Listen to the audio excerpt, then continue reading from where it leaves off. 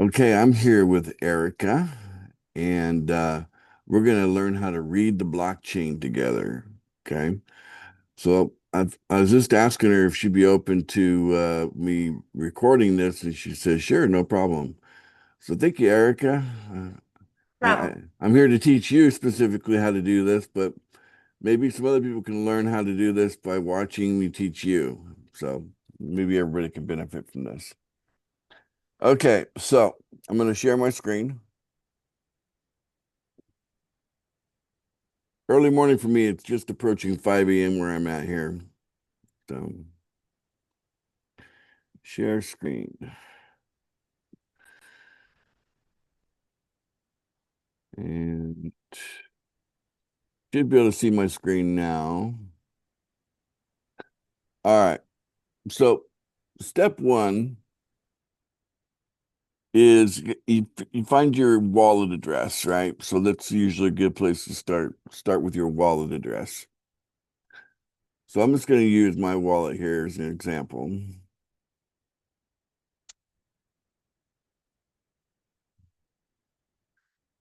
There we go. Ace Fletcher. Okay. So from MetaMask, in order to find the address, it's just under your name here, right? So we have our different labels, right? So I've got lots of wallets, lots of addresses. So I keep everything kind of separate, whatever I'm doing. And okay, so I'm going to click on this little clipboard thing to copy the wallet address. And then I just go to a blank Chrome page here. And I type in the letter B and it knows where I want to go. I want to go to bscscan.com. Okay. That's the Binance Smart Chain blockchain. Okay. So scanning the chain. That's what that that's what the name of the URL means. So I'm gonna hit enter. Now we're officially on the blockchain. Okay. So this is what it looks like when you get here. Okay. And you got, all sorts of different things here.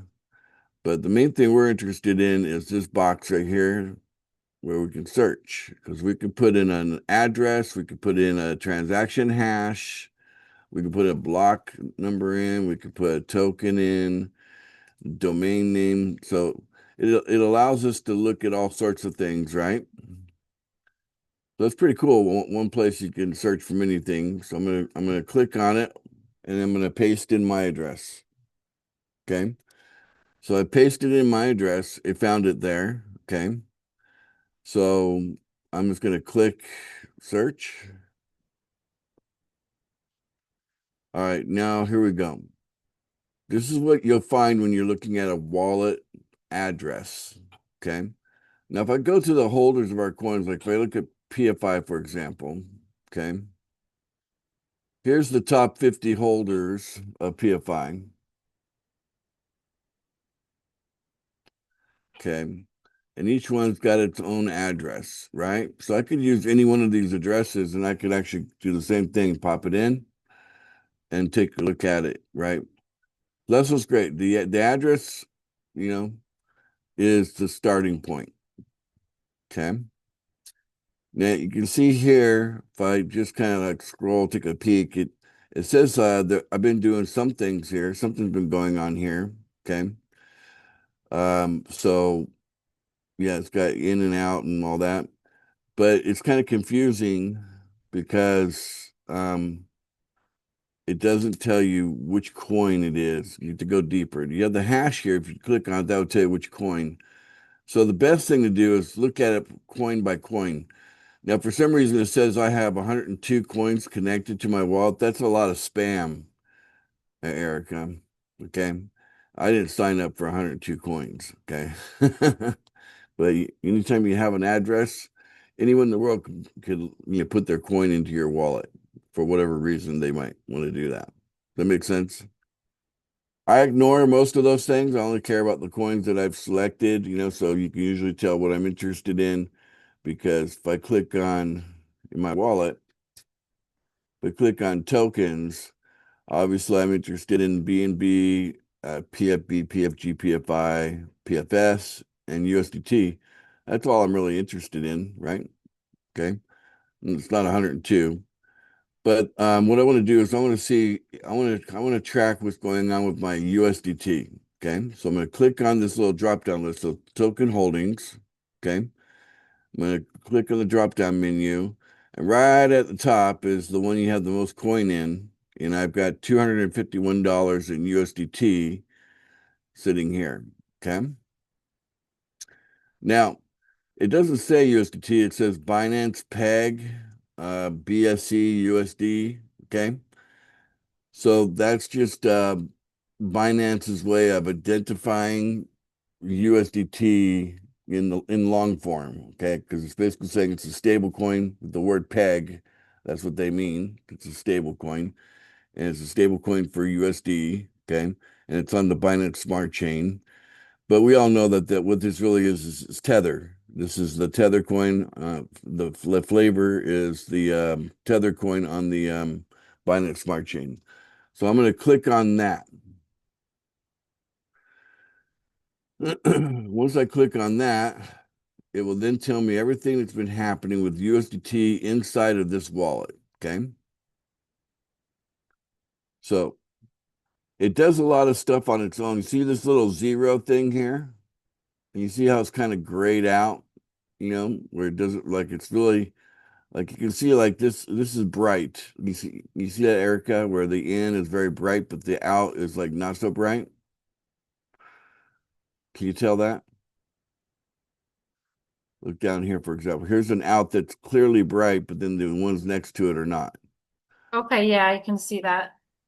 That what you're looking at there is basically as a stable coin, it's constantly rebalancing itself with the treasuries that it's holding. Okay. And that's all that really means. That's why it says zero, zero. It's just that's what these stable coins do. And the every little thing that happens, it will actually end up on the blockchain. So the thing about the blockchain is that it contains all information, okay? Not just some. Even stuff you might not be interested in. So all this little fractions of a penny in and out to rebalance everything and make sure that the value of one USDT coin is always equal to one paper dollar. That's all this little zero thing is. Okay? That makes sense? So as long as you Yeah. understand that, you can avoid looking at the stuff that's kind of grayed out. I would any if it's kind of grayed out, ignore it. Okay. Okay. What's more important is the in and the out that's not grayed out. Okay, like that out right there. Where'd that $100 go? Okay. Well, if we take a look at our columns here, this is the from column, right? And this is the to column. So it tells you which wallet it went from and which wallet it went to. Okay. So if we take a look at the out, it went from. Okay, that's my wallet. See, my wallet is the one that's C0C3, right? So you can see here that it says C0C3. That's where it that's my wallet, and it went to this wallet here, which I recognize that as one of my referrals. Okay. So I was basically just sending back $100 to one of my referrals there. I know who that is, right? Because I recognize the wallet. Okay. But without being too, specific here, because that don't matter. What matters is that I know who it is. Okay. And that's what you got to do. You got to look at the in and the out, and it's not as hard as it looks, right? I mean, you look at this page, it looks kind of like makes your eyes want to go crossways. But if you just look at one item at a time, okay, for example, okay, look at this person here. Let's take a look here. This A93, notice that they paid me $100 and they paid me $1 and they paid me $10. So I sent them $100 and then, that was 23 hours ago, 19 hours ago, they sent me 100 plus 1 plus 10. That relationship's working out perfect. I'm coming out $11 ahead there. Does that make sense? Mm-hmm. All right. Now I may want to put this information into a spreadsheet because this all I'm going to see here is 50 items per page on the blockchain. So maybe I want to see it all on one sheet. I've just put the in and the out in a spreadsheet to kind of track everything, right? Mhm. And I've got 41 pages here, 141 pages to go all the way back to the beginning of time. If I start at the very beginning of this wallet, I click on the last page, okay? The very first transaction that took place less than a year ago, on 244 days ago, there was money that went from this wallet. I recognize that that's the guarantee wallet, right? So from the guarantee wallet, it went into my personal wallet, $103 of USDT. Okay. That's what happened there. Okay. That's how it all began. So that's just navigating the pages there. Going back to the first page, and then I can just keep working back. I can go from this page here, like here, this little fraction of something. That to me is another rebalancing. It's not grayed out like the one that says out, but when it's like 0 0 0 and then it's got some ones, we're not even talking about a penny here because Yeah, right, 0 0 1 would be 1 penny. This is 0 0 0 then a one, right? It's like a thousandth of a penny, you know what I'm saying? So obviously that's just kind of rebalancing basically payments that have been coming in. Okay. Again, it's what stable coins do. So the main thing I'm really interested in, since I know that we deal in pools of $1, $10, and $100, I'm looking at those numbers. So $1, $10, 100. Sometimes I send someone $111, right? So those are the Mhm. kind of numbers I'm really interested in. So I'm going to really, pull that'd be the data I would pull and put into a spreadsheet. The 1, the 10, the 100, those would be the numbers I'd put into a spreadsheet just to kind of track where everything came in, everything went out, that kind of thing. You can go to the next page. This would be page 2. So obviously this is transaction number 100, going back, working our way backwards. Okay. So it's 50 per page here. And again, you see the same pattern here of the 1, 10, and 100s, and then the 111, the pattern shows up. Okay. Okay. All right. And then it tells you the time. The other thing is the important thing is how long ago was the transaction. Okay. You have that information here. You have the hash. I'm going to come back to that in a second. And then you also have the block. Okay. So basically, every transaction is going to be situated in its own little block. Okay. And the blocks are sequential. So the creation of a block happens every time the software calls for a new block to be created. In the case of Bitcoin, about every 10 minutes, a new block is created. In the case of like things like Ethereum or Binance, blocks are created within seconds, so there's going to be a lot of blocks on these chains, not so many on Bitcoin. All right, now going into the hash. If I want to take a look at a hash, let's say I want to take a look at this $10 transaction coming in. I could actually click on it right here and go click, and that would open up the hash. I remember in the very beginning, I could always put the hash into here if I have the hash, right?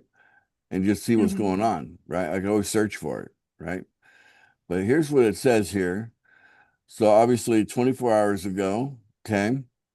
And it says that from this wallet to this wallet, $10 was sent in USDT, okay? And that's the main thing that you're looking for, okay? That's what you want to know is from to how much, right? And of course, which coin was it, right? So not too difficult there. Okay. How helpful has this training been so far? Right, yeah, I can definitely navigate through this. Now, in the event that a transaction is not successful, will it say that where it says success written in green? Will it say something different? Right, you're talking about a pending transaction or something failed, right? So failed transactions will not show up on the blockchain. Okay. Okay, so they're all going to be successful. Yeah. So if it's on the blockchain, it has to be successful, right? Okay. But it can't, you know, if I go back to the first page here, sometimes the most recent transaction might be pending, okay? Because the way blockchains work is that you know, basically, you know, your transactions have to be completed in the proper order that they're done, right? So you never want to get into a situation where you have a stuck transaction because it's very painful to get out of it, okay? So where something is stuck in a pending status, there's a way to do it, okay? But it's something I've been through once or twice, and you know, I don't consider myself really technical, you know. I'm pretty good, you know, but it was like I felt like I was in really like uncharted territory trying to sort it out. And I did, thanks to YouTube, I got some guidance from YouTube on how to, you know, unstuck a transaction. This is why you got to be really careful about how much BNB you have, because that's the easiest way to end up with a stuck transaction is by not having enough BNB in the gas, and then you do a transaction and it goes through kind of, but because you didn't have enough gas to pay for the transaction to complete, then it could end up as a stuck transaction. Very painful. Okay. So just be aware of that. That's why I always like to keep the tank, you know, pretty full. You know what I'm saying? I got $10 worth. I'm pretty good there, you know. So yeah, if this thing ever gets below $1, I get nervous. Okay, if my BNB ever gets below $1, I'm starting to feel nervous because I start to have the trauma of remembering what was like to unstuck a transaction, you know. Mhm. All right, so I'm gonna stop sharing.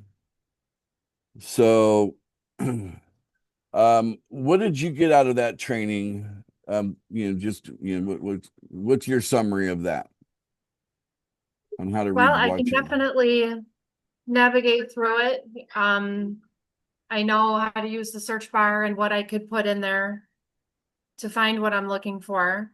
Mm-hmm.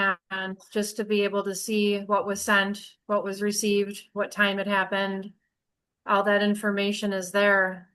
So, Well, you got a mind like a trap. It's just you receive it first go around, huh? Okay. right. All right, good. And then also, did remember that to find the specific coin, it's very important you use that drop down menu. You know what I'm Hmm. referring to, Hmm. right? So you can put like a wallet address in, but that's going to be all the transactions. Maybe you're only interested in USDT or maybe one of our pool funding coins. You want to specifically find that in the drop down menu and then bring up those transactions. Okay. As long as you remember that, you should be able to navigate through that no problem and get it all sorted out and you know Okay. and it'll help your accounting, you know, of everything. Yeah. So we're good. All good. All right, let me go ahead and turn the recorder off. So I hope this helped some of you as I was teaching Erica. Hope you guys got something to gain out of it as well. So all right, let me just hit the recording.